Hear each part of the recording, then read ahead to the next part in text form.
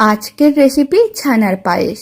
যে কোনো পায়েসের থেকে খেতে অনেক বেশি ভালো হয় আর বানানো একেবারেই সহজ। আশা করি ছানার পায়েসের রেসিপিটা আপনাদের খুবই ভালো লাগবে। পায়েসের রেসিপিটা শেষ পর্যন্ত দেখার জন্য আপনাদের কাছে অনুরোধ রইল। বাড়িতে বানালে কমেন্ট বক্সে জানাতে একেবারেই ভুলবেন না খেয়ে আপনাদের কেমন লাগলো। যে কোনো শুভ অনুষ্ঠান হোক বা জন্মদিন, এইভাবে একবার ছানার পায়েসের রেসিপিটা বাড়িতে বানিয়ে দেখতে পারেন। বাড়ির সবাই খুবই পছন্দ করবে। প্রথমে একটা কড়াইতে 1 লিটার দুধ নিয়েছি, আর এখানে আমি প্যাকেট দুধ নিয়েছি, তবে আপনারা চাইলে এমনি যে কোনো দুধও নিতে পারেন।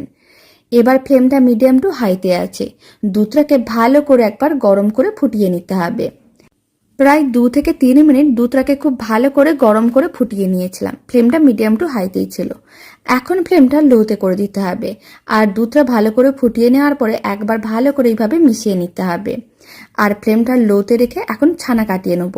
তার জন্য একটা মেজারিং কাপে 2 চামচ জল ও 2 চামচ ভিনিগার মিশিয়ে একটা মিশ্রণ রেডি করে রেখেছিলাম। সেই মিশ্রণটা অল্প অল্প করে দুধের মধ্যে ভালো করে ছড়িয়ে দিতে হবে। তারপরে এইভাবে হাতাটা নিয়ে একটু নাড়াচাড়া করতে হবে। আপনারা দেখতে পাবেন যে দুধটা কিন্তু ছানায় পরিণত হয়ে যাচ্ছে। এইভাবে প্রায় 1 মিনিট নাড়াচাড়া করে নিতে হবে। এখন 1 মিনিট পরেই দেখাচ্ছি।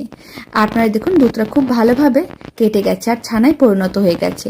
এবার ছানাগুলোকে আলাদা করে নেব। তার জন্য এরকম একটা ছাঁকনি নিয়েছি। ছাঁকনির মধ্যে ছানাটা এইভাবে দিয়ে দিতে হবে। আপনারা চাইলে পুরো মিশ্রণটা একসঙ্গেও দিয়ে দিতে পারেন, আর না হলে এইভাবে হাতায় করেও দিতে পারেন। সমস্ত ছানাটাই ছাঁকনির মধ্যে নিয়ে নিয়েছিলাম। এবার বেশ কিছুটা পরিমাণ ঠান্ডা জল নিতে হবে, আর এইভাবে 3 থেকে 4 বার ছানাগুলোকে খুব ভালো করে ধুয়ে নিতে হবে, যাতে কোনো রকমের টক ভাব না থাকে। যদি ছানার মধ্যে টক ভাব থাকে তাহলে কিন্তু পায়েসের মধ্যেও টক ভাব চলে আসবে আর দুধ কেটে যেতে পারে। তাই এইভাবে খুব ভালো করে 3-4 বার জল দিয়ে ধুয়ে নিতে হবে। ছানাগুলোকে খুব ভালো করে জল দিয়ে ধুয়ে নেওয়ার পরে এরকম একটা হাতা নিয়েছিলাম। হাতাটা দিয়ে এইভাবে একটু প্রেস করে দিচ্ছি, যাতে ছানার মধ্যে কোনো রকম এক্সট্রা জল না থাকে।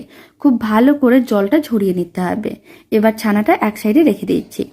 এদিকে আর একটা কড়াইতে 1/2 লিটার দুধ নিয়েছিলাম। দুধটাকে এখন আর একবার খুব ভালো করে গরম করে নিতে হবে। আর এখানে আমি 1/2 লিটার দুধ নিয়েছি, তবে আপনারা চাইলে দুধের পরিমাণটা আর একটু কমও নিতে পারেন বা বেশিও নিতে পারেন। খুব ভালো করে দুধটাকে গরম করে ফুটিয়ে নিয়েছিলাম। এখন ফ্লেমটা লোতে করে দিচ্ছি, আর দুধের মধ্যে আমি দিয়ে দিচ্ছি 100 গ্রামের মতন গুঁড়ো দুধ।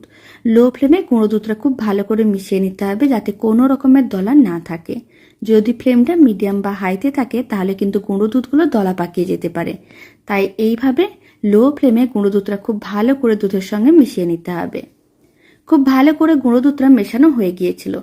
এখন আমি দিয়ে দিচ্ছি 1 চিমটের মতন এলাচ গুঁড়ো। আপনারা চাইলে গোটা এলাচও দিতে পারেন।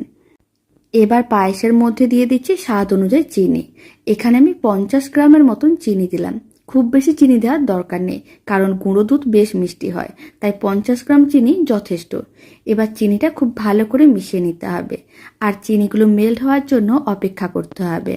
ফ্লেমটা মিডিয়াম টু হাইতেই রেখে এইভাবে প্রায় 1 মিনিটের মতো নাড়াচাড়া করলেই চিনিগুলো খুব ভালো করে মিশে যাবে। চিনিগুলো দুধের মধ্যে মেল্ট হয়ে গেছে। এখন ফ্লেমটা মিডিয়াম টু লোতে করে দিয়েছি। এবার দুধটাকে এইভাবে এক সাইডে রেখে দিতে হবে, যাতে ঘন হয়ে মালাইয়ে পরিণত হয়ে যায়। ওইদিকে দুধটা ঘন করতে রেখে দিয়েছি, আর এদিকে একটা বড় প্লেট নিয়েছি। প্লেটের মধ্যে জল ছড়ানো সমস্ত ছানাটা নিয়ে নিতে হবে। তারপরে ছানাটাকে 4 থেকে 5 মিনিট খুব ভালো করে মেখে নিতে হবে। এই ছানার পায়েস বানানোর জন্য ছানাটাকে যত ভালো করে মাখা হবে পায়েসটা খেতে তত বেশি ভালো লাগবে। আর ছানাটা একেবারে স্মুথ হবে, দেখতেও ভালো লাগবে, খেতেও ভালো লাগবে।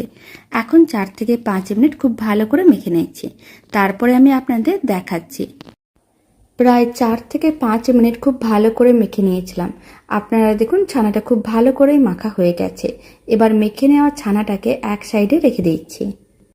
আপনারা চাইলে ছানাগুলোকে মিক্সির জারের মধ্যে নিয়েও ভালো করে পেস্ট করে নিতে পারেন, তবে হাত দিয়ে মেখে করলে খেতে অনেক বেশি ভালো হয়। এদিকেও প্রায় 4-5 মিনিট মিডিয়াম টু লো ফ্লেমে ছিল। দুধটা আগের থেকে অনেকটাই ঘন হয়ে গেছে। এখন আর একবার ভালো করে মিশিয়ে নিলাম।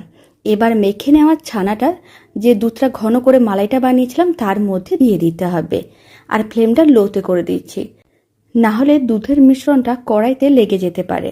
এবার আমি এর মধ্যে দিয়ে দিচ্ছি পেস্তাগুলোকে হাফ করে কেটে রেখেছিলাম, সেই সমস্ত পেস্তাগুলো দিয়ে দিলাম। এখানে প্রায় আমি 7 থেকে 8টার মতন পেস্তা নিয়েছিলাম। আর আমি 6টার মতন নিয়েছিলাম কাজু বাদাম, হাফ করে কেটে রেখেছিলাম, সেইগুলো দিয়ে দিলাম। আর দিয়ে দিচ্ছি 10-12টার মতন কিশমিশ। এখন সমস্ত কিছু একসঙ্গে খুব ভালো করে মিশিয়ে নিতে হবে। তারপরে মিডিয়াম টু লো ফ্লেমে আরও 7 মিনিটের মতন রান্না করে নিতে হবে, তাহলে পায়েসটা খেতে অনেক বেশি ভালো লাগবে। ফ্লেমটা যদি হাইতে করে পায়েসটা রান্না করা হয় তাহলে কিন্তু মিশ্রণটা অনেক তাড়াতাড়ি ঘন হয়ে যাবে। তাই এইভাবে কিন্তু একটু টাইম নিয়ে পায়েসটা রেডি করতে হবে, এতে পায়েসটা খুব সুন্দরভাবে রেডি হবে আর খেতেও ভীষণ ভালো হবে। আর এই সময় দিয়ে দিচ্ছি 1 চিমটের মতন লবণ। লবণটা একেবারেই অপশনাল, আপনারা চাইলে দিতেও পারেন, নাও দিতে পারেন। তবে যে কোনো মিষ্টি জাতীয় রান্নায় অল্প একটু লবণ দিলে, মানে 1 চিমটের মতন লবণ দিলে খেতে কিন্তু অনেক বেশি ভালো হয়। লবণটাও খুব ভালো করে মিশিয়ে নিয়েছি। এখন পায়েসটাকে ঘন করে নিতে হবে, তাই ফ্লেমটা মিডিয়াম টু লোতে করে দিচ্ছি আর 7 থেকে 8 মিনিট এইভাবেই রান্না করে নিতে হবে। মাঝে মাঝে একবার নাড়াচাড়া করে রাখতে হবে যাতে মিশ্রণটা কড়াইয়ের নিচে আটকে না যায়, তাই এইভাবে একটু নাড়াচাড়া করে নিতে হবে 1-2 মিনিট অন্তর। আর এই পায়েসটা যত ঘন হবে তখন পায়েসটা একটু দেখতে দানা দানা হবে, এতে পায়েসটা খেতে অনেক বেশি ভালো লাগবে। প্রায় 7 মিনিট এইভাবেই রান্না করে নিয়েছিলাম। আপনারা দেখুন মিশ্রণটা বেশ ঘন হয়ে গেছে আর পায়েসটাও রেডি হয়ে গেছে। এখন ফ্লেমটা অফ করে দিতে হবে। এবার পায়েসটাকে ঠান্ডা করে নিতে হবে, কারণ ছানার পায়েস ঠান্ডা খেতে অনেক বেশি ভালো লাগে। তবে আপনারা চাইলে গরম গরমও সার্ভ করতে পারেন, তবে যদি ভালো করে খেতে চান তাহলে কিন্তু ঠান্ডা করেই খেতে হবে। প্রায় 1 ঘন্টা পায়েসটাকে এইভাবেই রেখে ঠান্ডা করে নিয়েছিলাম। আপনারা দেখুন পায়েসটা কিন্তু আরও ঘন হয়ে গেছে। এইভাবে পায়েসের রেসিপিটা বাড়িতে একদিন হলেও বানিয়ে দেখতে পারেন। বানানো যেমন সহজ, খেতেও ভীষণ ভালো হয়। এবার এই ছানার পায়েসটা একটা সার্ভিং বোলের মধ্যে সার্ভ করে নিতে হবে। দারুণ স্বাদের ছানার পায়েসের রেসিপিটা আপনাদের কেমন লাগলো কমেন্ট বক্সে জানাতে একেবারেই ভুলবেন না। আর রেসিপিটা ভালো লেগে থাকলে ফেসবুক থেকে রেসিপিটা দেখলে পেজটিকে ফলো করে নেওয়ার অনুরোধ রইল। ইউটিউব থেকে দেখলে চ্যানেলটি সাবস্ক্রাইব করে নেওয়ার অনুরোধ রইল। আর পাশে থাকা বেল আইকনটি প্রেস করে নেবেন নতুন রেসিপির আপডেট সবার আগে পাওয়ার জন্য। আর এই ছানার পায়েসটা বাড়িতে বানালে কমেন্ট বক্সে জানাতে একেবারেই ভুলবেন না খেয়ে কেমন লাগলো। আমি এখানে পেস্তা, কাজু বাদাম, কিশমিশ দিয়েছি, তবে আপনারা চাইলে যে কোনো ড্রাই ফ্রুটস দিতে পারেন বা ড্রাই ফ্রুটস ছাড়াও কিন্তু ছানার পায়েসটা বানিয়ে দেখতে পারেন, খেতে ভীষণ ভালো হয়।